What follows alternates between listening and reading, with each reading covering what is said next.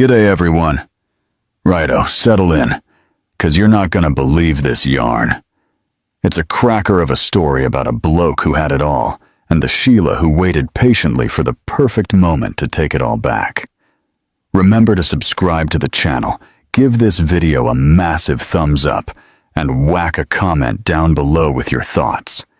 You don't want to miss a beat. The sound that made the silence in courtroom 4B of the Sydney District Court so absolute, you could hear the buzz of the fluorescent lights wasn't the judge's gavel or the rustle of papers. It was a soft, defiant pop of a cork. Rick the Duke O'Connell, a bloke carved from pure arrogance and the finest wool of his bespoke suit, stood up with a triumphant smile, his arm wrapped around a woman who most definitely wasn't his missus. With a flourish fit for a king, he uncorked a bottle of premium Aussie sparkling and poured 2 glasses, his lover, Saskia Lane, giggling beside him. He was here to finalize the divorce, to shake his 20-year wife off his back like a minor inconvenience. But Rick never got to taste his bubbles, because what came next wasn't a settlement, it was an annihilation. Rick O'Connell didn't just enter a room, he conquered it. That Thursday morning, he strode into the hushed, wood-paneled corridors of the courthouse like he was stepping onto the deck of his super yacht on Sydney Harbor. He was a monument to his own success, from the polished gleam of his Italian leather loafers to the cocksure set of his jaw. His suit, the color of a coming storm, was a stark contrast to the almost offensively cheerful disposition he wore like a medal. On his arm was Saskia Lane, 28 years old, a full 2 decades younger than the woman she was helping to replace. Saskia was all sharp angles and modern beauty, a living testament to Rick's virility and wealth. Her dress was a fine crimson silk that clung to a figure sculpted by personal trainers and a carefree lifestyle. She looked at Rick with that doe-eyed adoration only a man with a 9-figure net worth could inspire. To the reporters and legal assistants clustered in the hallway, they weren't just a couple. They were a statement. A billboard for a midlife crisis so epic it deserved its own reality TV series. But the real showstopper, the act of hubris that would be talked about for years, was what his assistant was carrying. A silver ice bucket, from which the neck of a bottle of bubbly protruded. It was a theatrical act of contempt so profound it stole the air from the hallway. They weren't there for a legal proceeding. They were there for a coronation. Rick was celebrating the final nail in the coffin of his marriage. Across the courtroom, almost invisible in her quiet dignity, sat Isabel O'Connell. At 49, she wasn't the haggard, broken woman everyone expected to see. There was no trace of the hysterical wife, no sign of the spurned victim. She wore a simple navy blue dress. Her blonde hair, with threads of silver, was pulled back in an elegant bun. Her hands, unadorned, save for the wedding ring she hadn't yet removed, were calmly folded in her lap. She sat with her lawyer, Eliza Jones, a woman whose stillness masked a mind as sharp as a steel trap. Isabel watched Rick's entrance not with tears, but with a strange, unsettling serenity. She saw the bubbly, saw Saskia's triumphant smile, and felt a wave not of pain, but of pity. He still didn't get it. After all this time, after everything she had done, everything they had built, he still saw her as nothing more than a household accessory he was now discarding. The room filled up. Rick and Saskia took their seats at the petitioner's table. His lawyer, a burly, equally smug bloke named Carl Simpson, arranged his files with a flourish. Simpson gave a curt nod to Eliza Jones, a gesture dripping with condescension. He saw this as an open and shut case, a high-asset divorce where the non-earning spouse got a generous but strictly limited payout. He'd handled dozens of them. The blokes always won. The court officer's voice boomed. "All rise." Judge Helen Peters entered. She was a woman in her late 60s, with a reputation for not suffering fools. Her piercing eyes scanned the room, pausing for a split second on the ice bucket at Rick O'Connell's feet. A flash of something unreadable, amusement, annoyance, crossed her face before she sat on the bench, her expression settling into an impassive mask of judicial authority. "Be seated," she ordered. Rick leaned over to Saskia and whispered, his voice just loud enough for the front rows to hear. "Get ready to toast your new life, love." He gave her a wink. Isabel closed her eyes for a single, long second. She wasn't praying. She was remembering. Remembering the beginning. Before the marble and the glass towers. Before the contempt and the bubbly. She was remembering a tiny apartment that always smelled of paint thinner and ambition, and the man who once promised her the world, not imagining that one day she'd be the legal owner of it. 25 years ago, Rick O'Connell wasn't a titan of industry. He was a bloke with limitless energy, a charming grin, and holes in his socks. He was a tradie with a ute and a dream, struggling to get his little construction business off the ground. He met Isabel Duran at a local Bunnings. She wasn't a socialite. She was an architecture history student with a passion for design and a sharp eye for potential. He was buying plasterboard. She was sketching the trusses of an old heritage building across the street. He fell instantly for her quiet intelligence and the way she saw the world, not just for what it was, but for what it could be. Their courtship was a whirlwind of late-night talks, fueled by cheap coffee over blueprints on their tiny kitchen table. He had the brawn and the salesmanship. She had the vision. "People don't just buy a house, Rick," she told him one night, tapping a pencil on a plan. "They buy a feeling. They buy a story of the life they want to live." It was Isabel who convinced him to stop building cookie-cutter houses and start creating homes.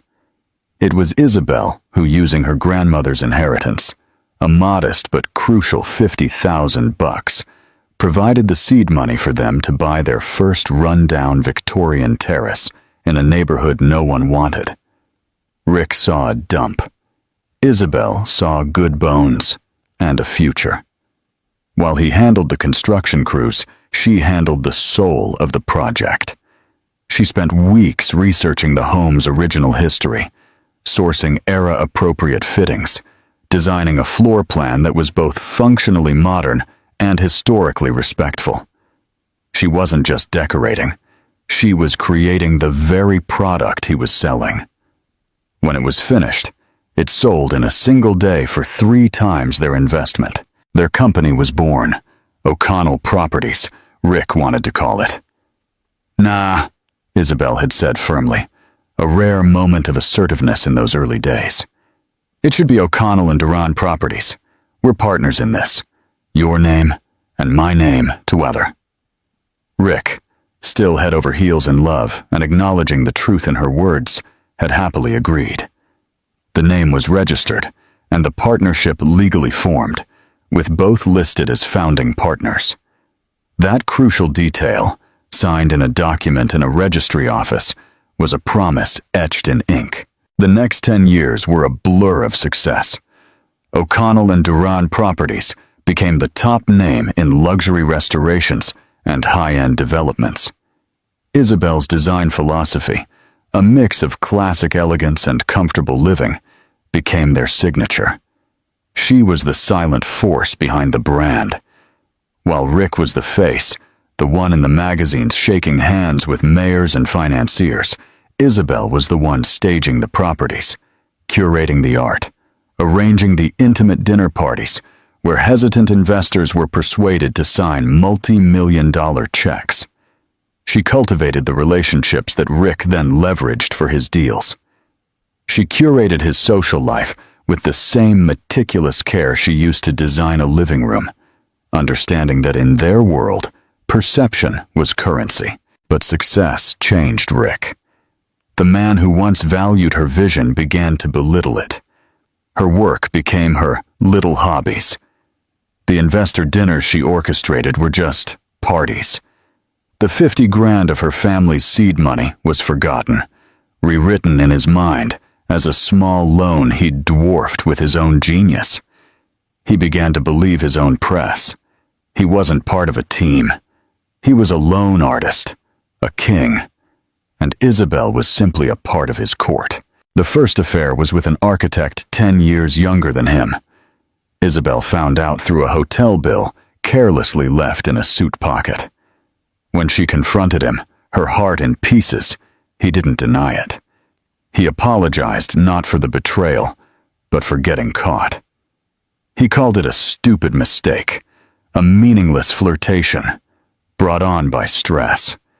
He promised it would never happen again. Isabel, still believing in the man she had married and the life they had built, chose to forgive him. By then they had 2 kids, a boy and a girl, and she wanted to preserve their family. But something essential had broken. The trust that had been the foundation of their partnership, both personal and professional, was gone. A few years later, a different kind of threat emerged. A rival developer launched a frivolous but potentially damaging lawsuit against O'Connell and Duran Properties. Their lawyer at the time, a nervous old fella named Robles, panicked. He advised Rick that, to protect his core assets from a potential judgment, he should transfer his majority stake in the company to Isabel. Her name isn't on the building permits. Her public profile is purely social. She's clean, Robles argued. It's a temporary measure. We'll put everything in her name. A simple asset assignment. Once this blows over, she signs it back. It's foolproof. Rick loved the idea. He felt so bloody clever. He presented it to Isabel as a brilliant legal strategy to protect their family's legacy. He made her feel like his trusted confidant, his partner in this clandestine maneuver. "I need you, Izzy," he'd said, his voice full of the same heartfelt charm he'd used in his Bunnings days. "You're the only one I can trust to hold this for me." Isabel, wanting to believe he still saw her as his partner, agreed. She went to the lawyer's office alone. Rick was too busy closing a deal in Brisbane, and she signed the document. The post-nuptial asset assignment agreement. It felt cold and clinical. She signed where the lawyer told her to, her mind on protecting her children's future. She never received a final executed copy. Rick told her it was filed away, a formality that was all handled. The lawsuit was eventually dropped, and life went on. Rick never asked Isabel to sign the assets back. He never mentioned the agreement again. Why would he? In his mind, it was all his anyway. The piece of paper was a formality. He was the king, and she was just the vault keeper. He forgot about the document, just as he had forgotten about her initial investment, her design genius, and her name etched beside his on the company's founding papers. He forgot that a promise once written into law has a life of its own, and in his forgetfulness, he had handed her the keys to the entire kingdom. Back in the present, the courtroom buzzed with anticipation. Judge Peters adjusted her glasses and looked at the 2 tables. "Mr. Simpson, you may proceed." Carl Simpson rose to his feet, a beefy man in his 50s. He clasped his hands behind his back and walked slowly before the judge. "Your Honor," he began, his voice smooth and practiced. "This is, in essence, a simple matter. We are here today to dissolve the marriage of Rick and Isabel O'Connell. While this is always a sad occasion, my client, Mr. O'Connell, is prepared to be more than fair. He is a man who honors his commitments." He paused, letting the irony of his statement hang in the air, though he himself was oblivious to it. Mr. O'Connell built a property empire, O'Connell and Duran Properties, from the ground up, through his own sweat, his own genius, and his own considerable risk. Mrs. O'Connell, for her part, was a dedicated wife and an excellent mother.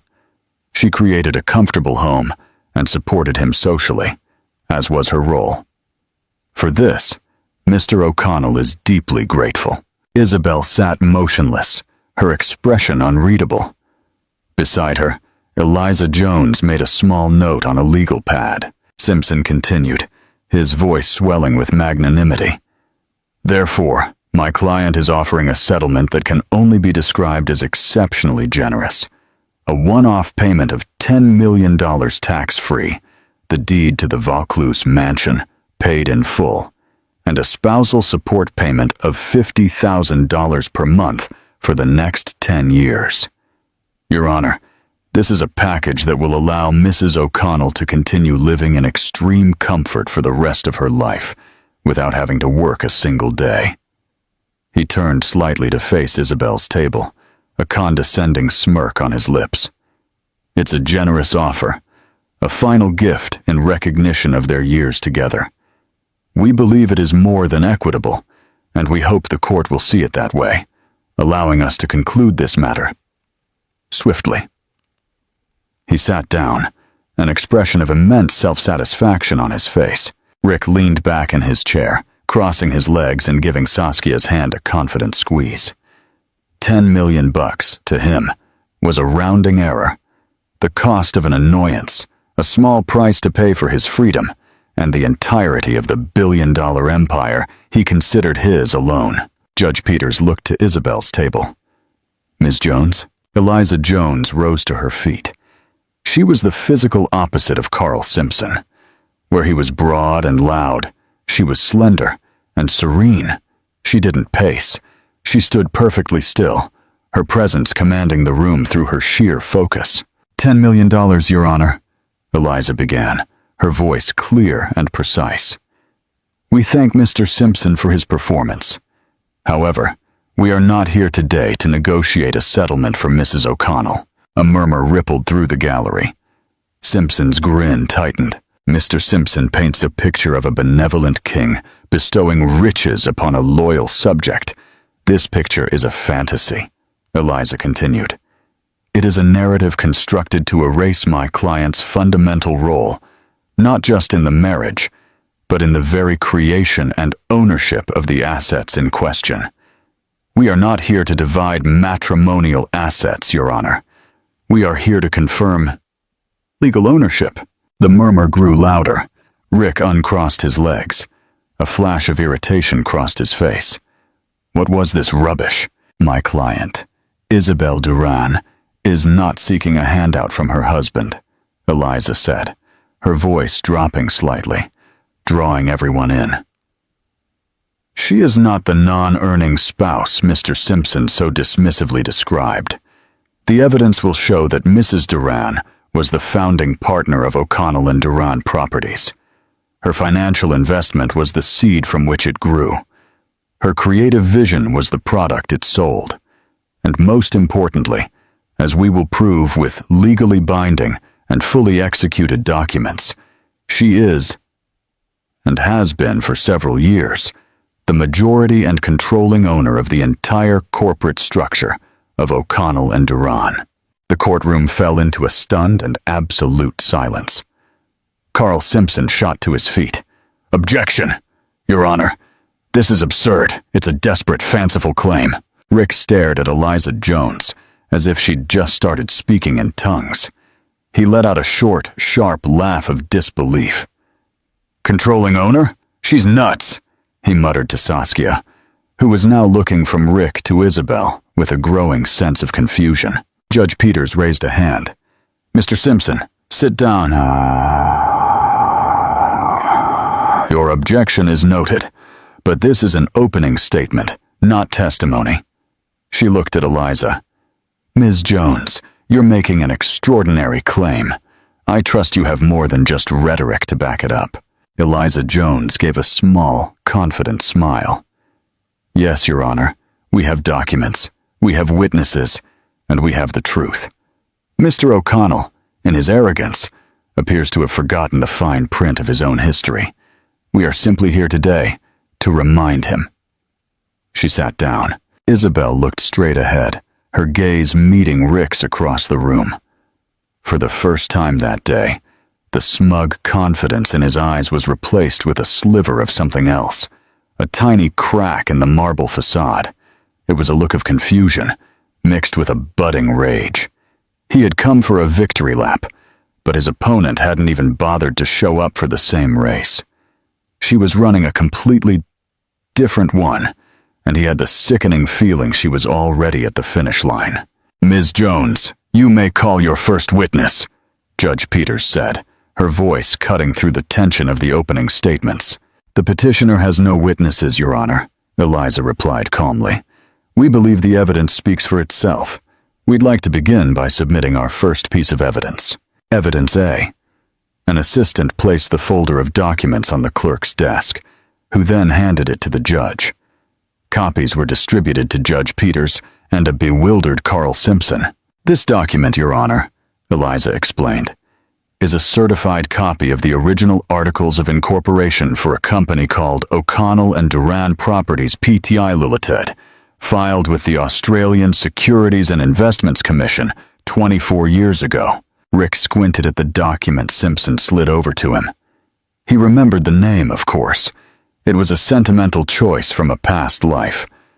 It meant nothing. "As the court can see," Eliza continued, "there are two founding partners listed with equal shares, Rick O'Connell and Isabel Duran. Not Isabel O'Connell, the wife, but Isabel Duran, the person. Her maiden name." Simpson stood up, shaking his head. "Your Honor, this is a historical document. It reflects the state of the company 2 decades ago. It means nothing now. O'Connell and Duran Properties has undergone numerous restructures, mergers, and the creation of a dozen subsidiaries and a principal holding company. This ancient artifact has no bearing on the current corporate structure." Eliza waited for him to finish. "On the contrary, Your Honor, the foundation is everything. This document establishes from day one that this was not Mr. O'Connell's solo venture. It was a partnership. But Mr. Simpson is correct that this is only the start of the story. Let us move to the seed money that financed this partnership." She turned her attention to Rick. "Mr. O'Connell, in your deposition, you claimed that you started your company with your own savings and a small loan from your father. Is that correct?" Rick leaned into the microphone. "That's right, 100%. I built it on my own." "Are you certain you received no significant financial assistance from anyone else, specifically from Isabel or her family?" "Absolutely not," Rick said with a dismissive wave. "Her family didn't have that kind of money. It was all me. All me." "I see," Eliza said softly. "Then perhaps you can explain evidence B." Another document was displayed. This one was older, the paper yellowed with age. It was a handwritten letter. "This," Eliza announced, "is a letter from Isabel's late father, Mr. David Duran, to his bank, dated April 12, 1999. We have authenticated the signature. In it, he authorizes a bank check to be issued from his retirement account in the amount of $50,000. Simpson was on his feet again. "Objection! Hearsay and irrelevant. A letter from a deceased man to his bank doesn't prove where that money went." "Patience, Mr. Simpson," Judge Peters warned, her eyes fixed on the document.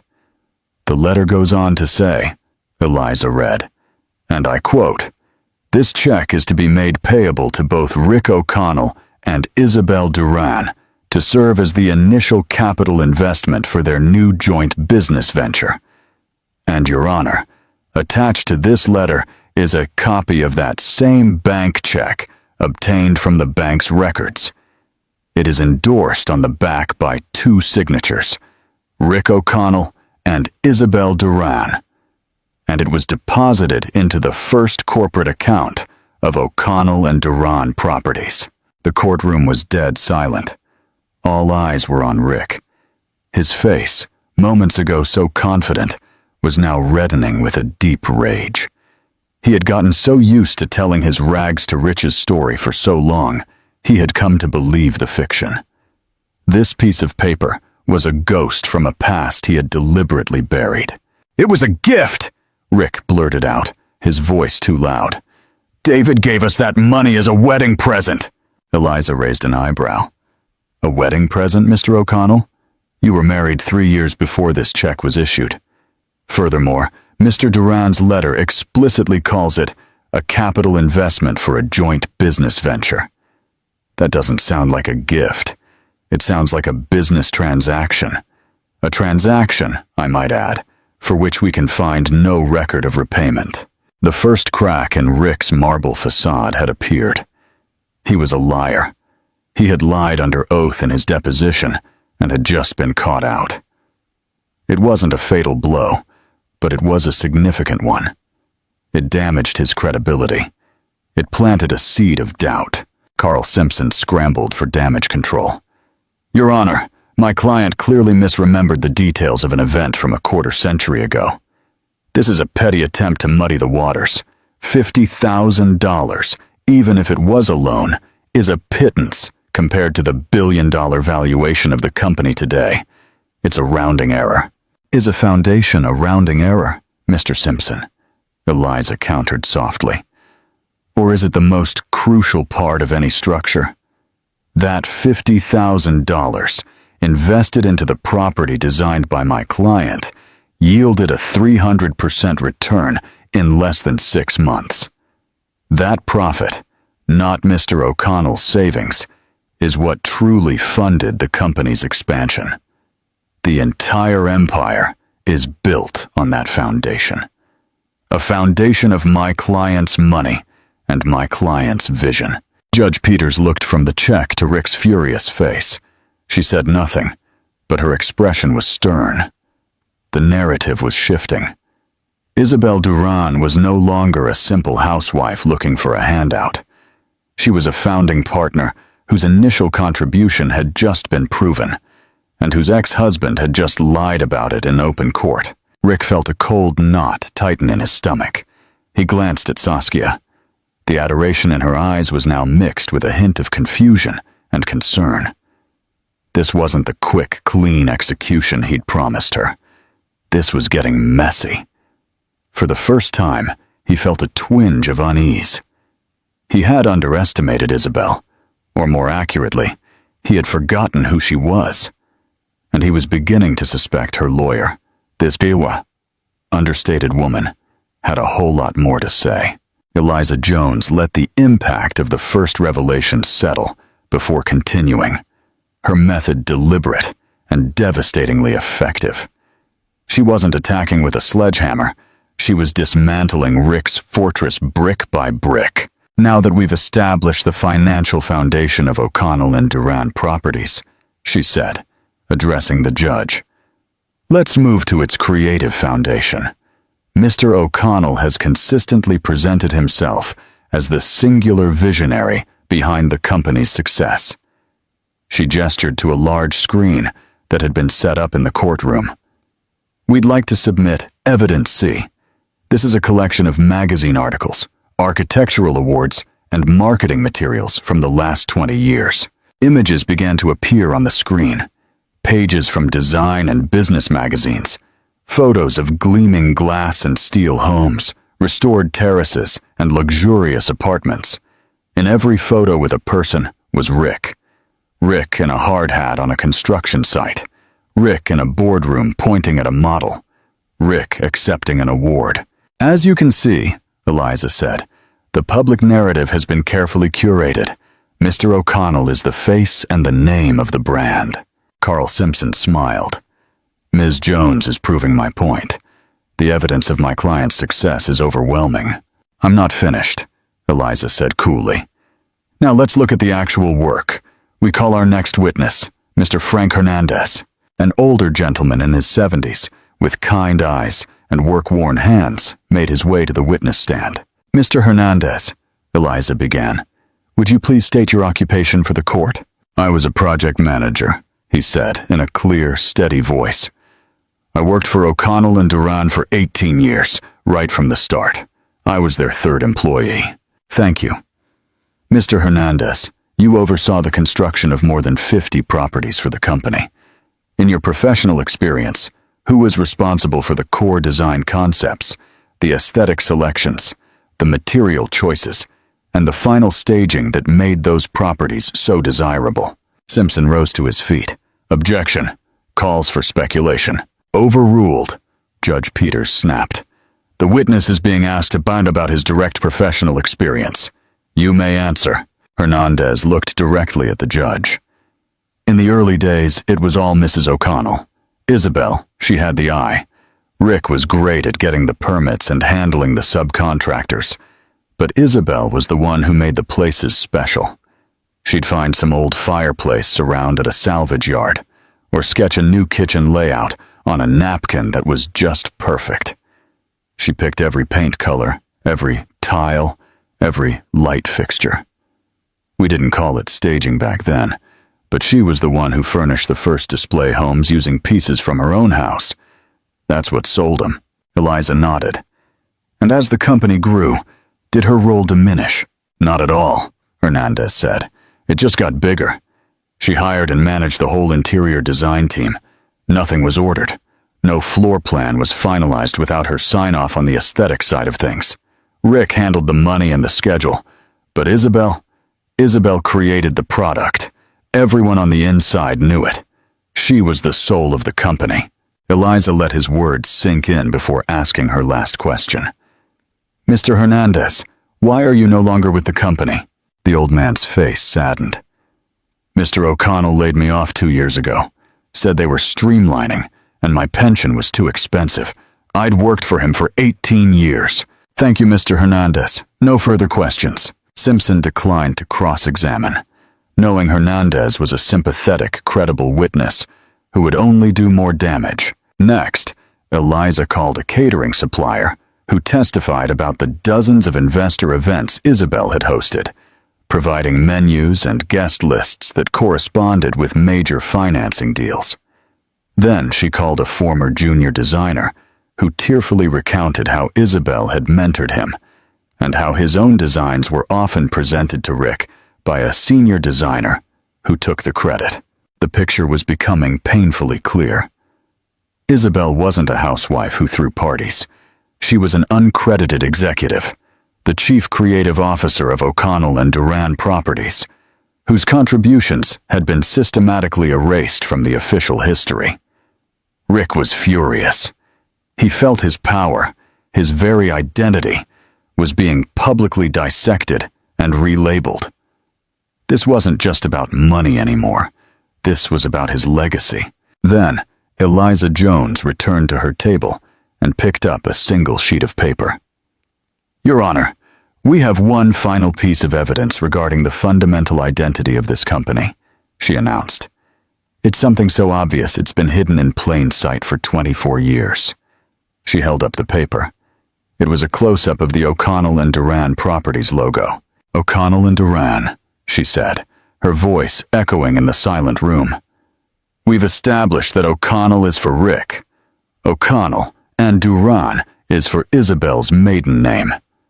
Mr. O'Connell, in his public interviews, has often been asked about the name.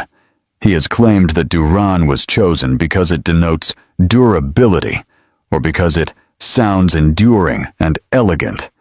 A clever branding strategy. She paused, looking directly at Rick. But we believe there's more to it. We believe the name itself is a contract, a promise of partnership, a truth that Mr. O'Connell has spent the last decade trying to forget. She placed the paper down. But our most compelling evidence has yet to be submitted, and it goes far beyond the company's name or history.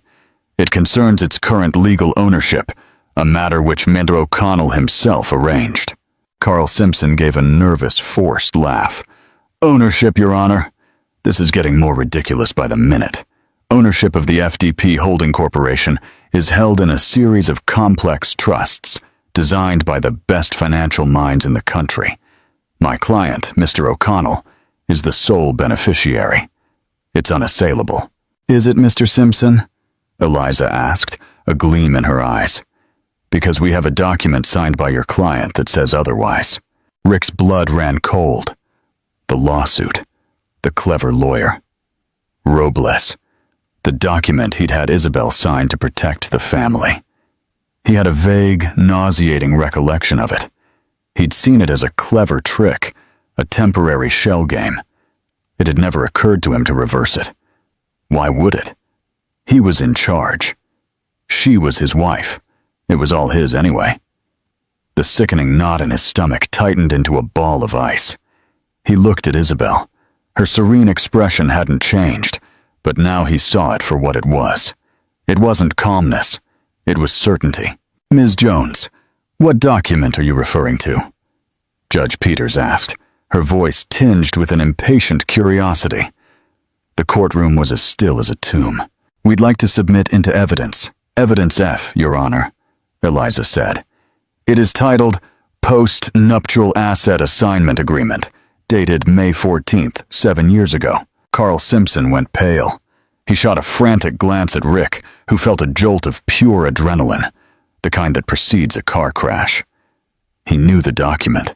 He had orchestrated its creation, but he hadn't looked at it in years. He had forgotten the details, trusting its purpose to temporarily protect him.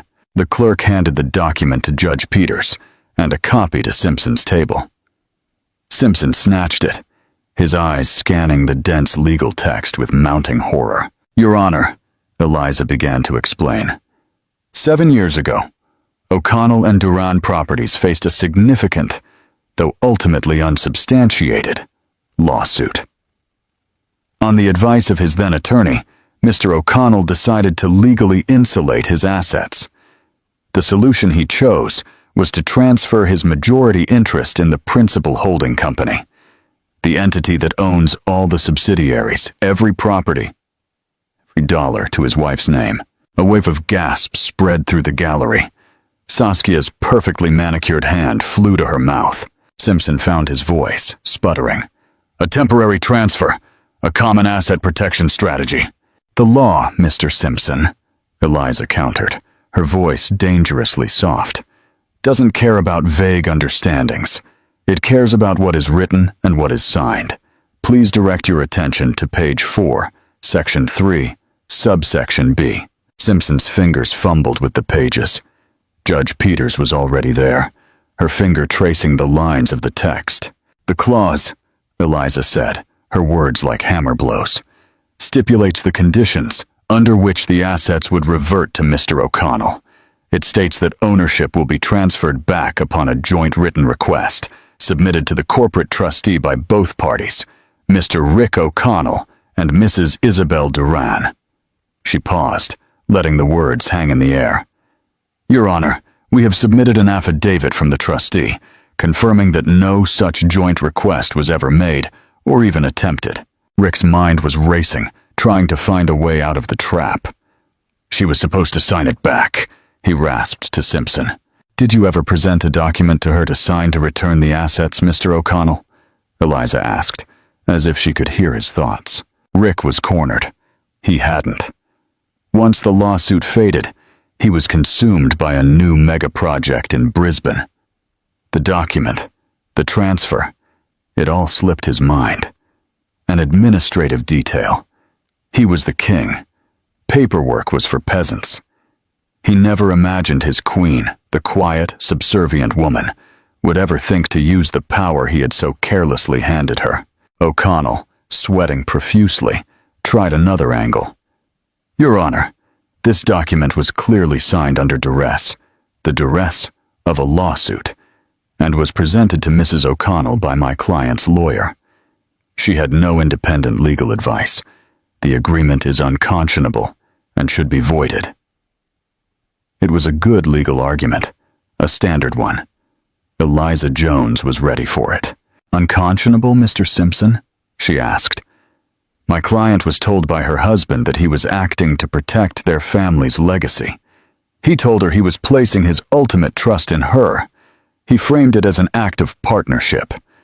She signed voluntarily, believing she was helping her husband and securing her children's future. Then she delivered the final, crushing blow.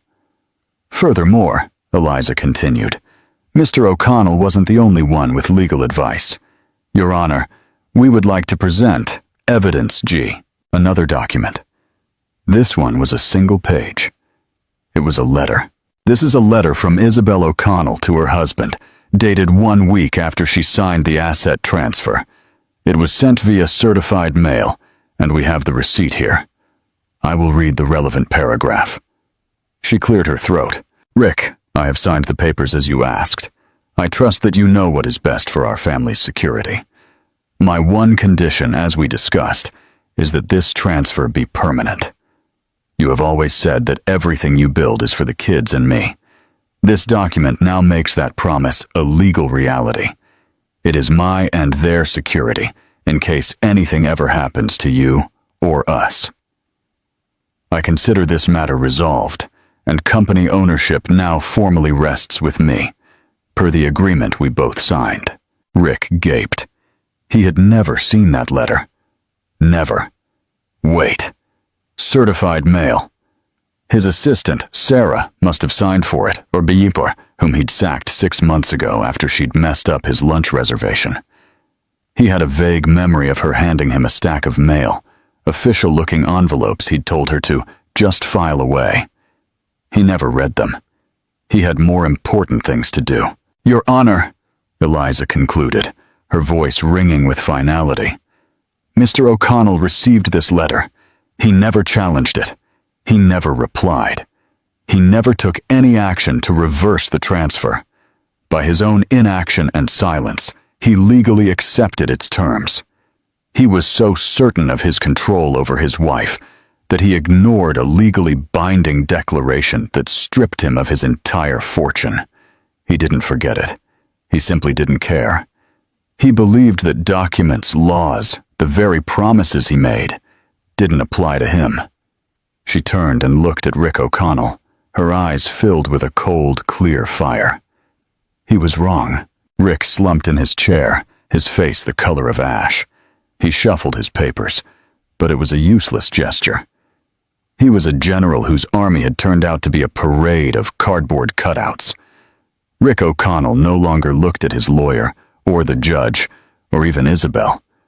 He was staring into a void, at the ghost of his own monumental arrogance. He had built an empire, but he had been too proud to read the deed. He had set a trap to protect himself, and then, in his hubris, he had walked right into it, pulled the rope, and latched the cage door from the inside. And standing outside that cage, holding the only key, was the woman he had tried to discard like yesterday's news. What do you reckon about Isabel's strategy? Do you think her patience and cunning were the keys to her victory? Let us know your thoughts in the comments section. Judge Helen Peters removed her glasses and placed them deliberately on the polished wood of the bench. The action, small and tidy, seemed to absorb all the sound in the room. She rubbed the bridge of her nose, her eyes closed for a moment in contemplation. To the gallery, it looked like a moment of judicial reflection. To Rick O'Connell, it felt like an eternity in the electric chair. The judge wasn't just considering the facts. She was gathering the full weight of the consequences she was about to unleash. When her eyes opened, they were devoid of warmth. They were the eyes of the law itself, impersonal, unforgiving, and absolute. She looked down, not at the lawyers, but directly at Rick, pinning him with a stare that peeled away his designer suit and confident facade, leaving only the scared, two-timing bloke underneath. Mr. O'Connell, she began, her voice quiet, but with an edge of cold steel that cut through the silence. In my 20 years on this bench, I've seen a great many dissolution proceedings. I've seen acrimony, sadness, and greed. I've seen complex financial arrangements designed to hide assets, and I've seen simple ones designed to ensure fairness. But rarely, she paused, letting the word hang in the air, have I seen a case where one party has displayed such profound and willful ignorance of their own legal and personal history. Rick's throat went dry. This wasn't a ruling. This was a vivisection. You sat before this court, Judge Peters continued, and under oath in your deposition, you constructed a myth of the lone genius, the self-made titan who single-handedly forged an empire. You erased your partner. You testified that the foundational capital for your company was yours, when we have seen irrefutable evidence, a bank check endorsed by your own hand, that it came from the family of the woman you now seek to discard. That wasn't a lapse in memory, Mr. O'Connell. That was perjury. Carl Simpson winced as if he'd been struck. His client hadn't just been out-strategized. He had been exposed as a common liar. The judge continued her dissection. You then proceeded to minimize Mrs. O'Connell's contributions to mere hobbies and social duties. Yet witness after witness, from your own longtime project manager to the very people who designed your products, have testified that Isabel Duran was not an accessory to your success. She was its chief architect. She was not just a partner in your marriage. She was the founding partner of O'Connell and Duran Properties, a truth hidden in the very name you so proudly display on your buildings. A name you chose to deliberately misrepresent to the public. Rick could feel the blood pounding in his ears. He could feel Saskia's gaze at the side of his face, no longer adoring, but questioning, horrified. His mind, in a desperate act of self-preservation, recalled a conversation from the year before at the country club. He had been on a high, laughing. The key to success, he had pontificated, is to never let anyone else have the real power. The details, the fine print, that's where you keep your kingdom safe. He had believed it. He had believed he was the master of the details. Judge Peters picked up the post-nuptial asset assignment agreement, holding it as if it were radioactive. Which brings us to this document, the supreme act of arrogance.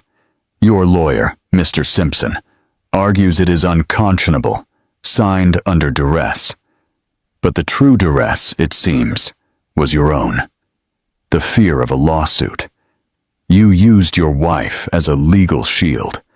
You presented it as an act of trust, a way to protect the family. You made her the receptacle for your entire fortune, confident in your power to command her to give it back at will. She put the document down and picked up the certified letter. But Mrs. O'Connell, it turns out, understood the power you had given her far better than you did. She sent you this letter, a clear, unequivocal declaration stating her understanding that the transfer was permanent, her security. It was sent via certified mail. Mr. O'Connell, its delivery is a matter of legal record. Your defense is that you were too busy, too important, to read your own mail. You delegated, you dismissed, you ignored. You treated a declaration that altered the ownership of your billion-dollar empire with the same attention you'd give a piece of junk mail. She leaned forward, her voice dropping but losing none of its intensity. In the law, Mr. O'Connell, silence has meaning. When presented with a clear statement of terms, your failure to challenge, object, or even reply constitutes acceptance. You had 7 years to challenge this. You had 7 years to file the joint request to reverse the transfer. You did nothing. Because in your world, Isabel Duran was not an entity with rights. She was an extension of your will. You didn't believe you needed to reverse it because you never believed the power had truly left your hands. It was the most expensive assumption of your life. The room was now so silent that the frantic scratch of the court reporter's pen sounded like a bushfire. Saskia Lane was no longer looking at Rick. She was staring at her own crimson-painted nails, the dream of a future as Mrs. O'Connell dissolving into a nightmare. The bloke she had latched onto wasn't a king. He was a gala who'd given his crown away and forgotten where he'd put it. Rick O'Connell felt a cold wave wash over him, a horrifying clarity. The courtroom walls seemed to be closing in. The smug confidence that had been his armor for decades had been peeled away, and he was bare and exposed. He looked at Isabel.